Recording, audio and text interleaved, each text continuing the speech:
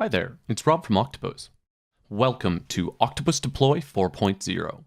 We're very happy to ship Octopus 4, and I'm thrilled to be able to share it with you. The biggest change we've made is to improve the overall UI and user experience. Octopus now has a modern look and feel, and we did some really big redesigns. From a technical perspective, this involved a complete rewrite of our front end, migrating from Angular 1.4 to React plus Redux.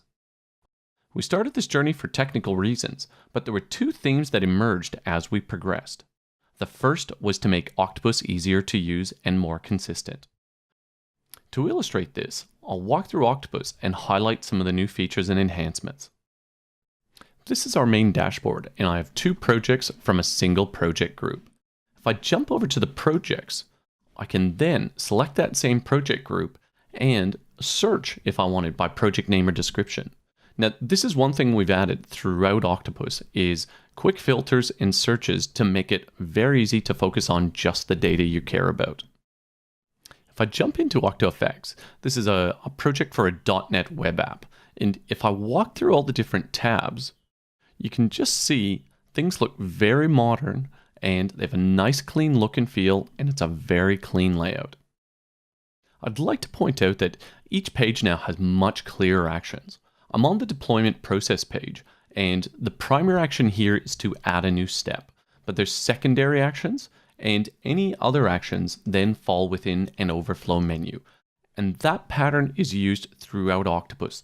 If you've used older versions of Octopus, you know that sometimes you'd be hunting for buttons because they are in different places, but that should no longer be the case. Things are much more consistent, and it's a lot easier to use. Now I'm going to jump over to a new project to explore a few other features. I'm going to jump over to the Phoenix project. It's brand new, and I'm going to go ahead and define its deployment process. I'm going to add a package, and this is going to be a Node.js app. So I'm just going to say deploy Node.js app. I want it to run on all my web servers, and I've already uploaded the package, so I can just select that. I'm not going to use configuration transforms or configuration variables. So I'm just going to turn on substitute variables and files and turn off those other two features. So now that's done, I'll just enter my target files, and I'm going to click save. This highlights the new interaction model for our forms. When I first added new data, the relevant sections were expanded. But now that I've entered in all my data, everything had switched to a summary view. This is so that you can focus on the right information at the right time and eliminate any noise from extra form elements and sections. So now we're going to head over to the variables page to highlight our new variable editor. So I know the Node.js app I have will display a little message, and the variable it's going to be replacing in our configuration files is called message. If I click tab now, I can now enter my first value.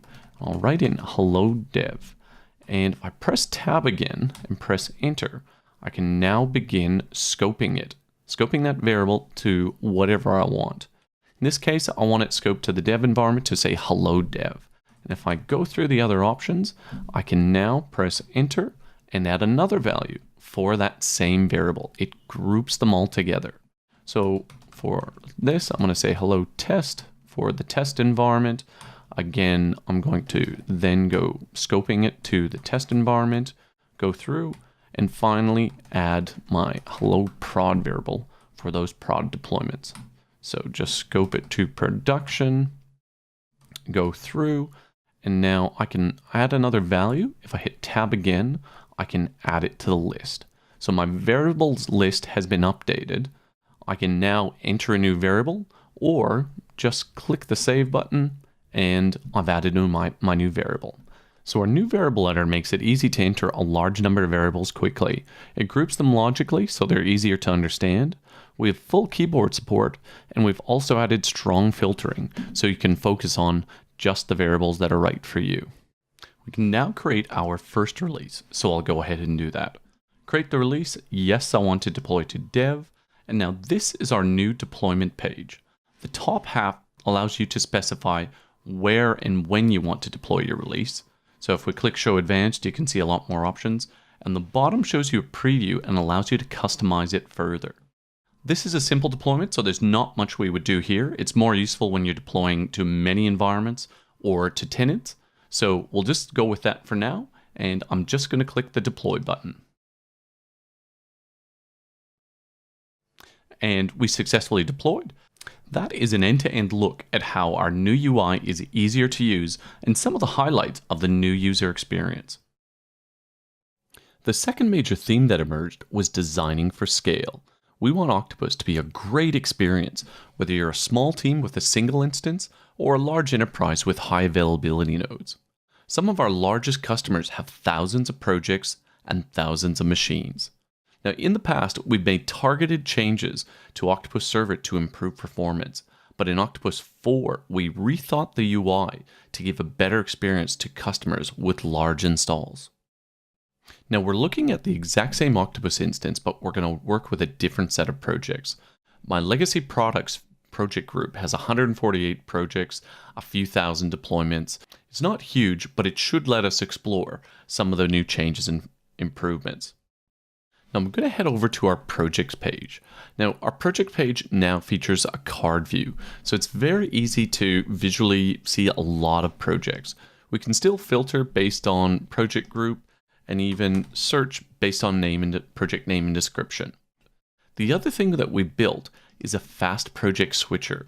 So if you know the name of the project you want to go to, you can type that in, even use keyboard navigation, just to move down and jump directly to it. These features let you work with a large number of projects, but focus on just the ones you care about. I'm going to head over to our infrastructure page now.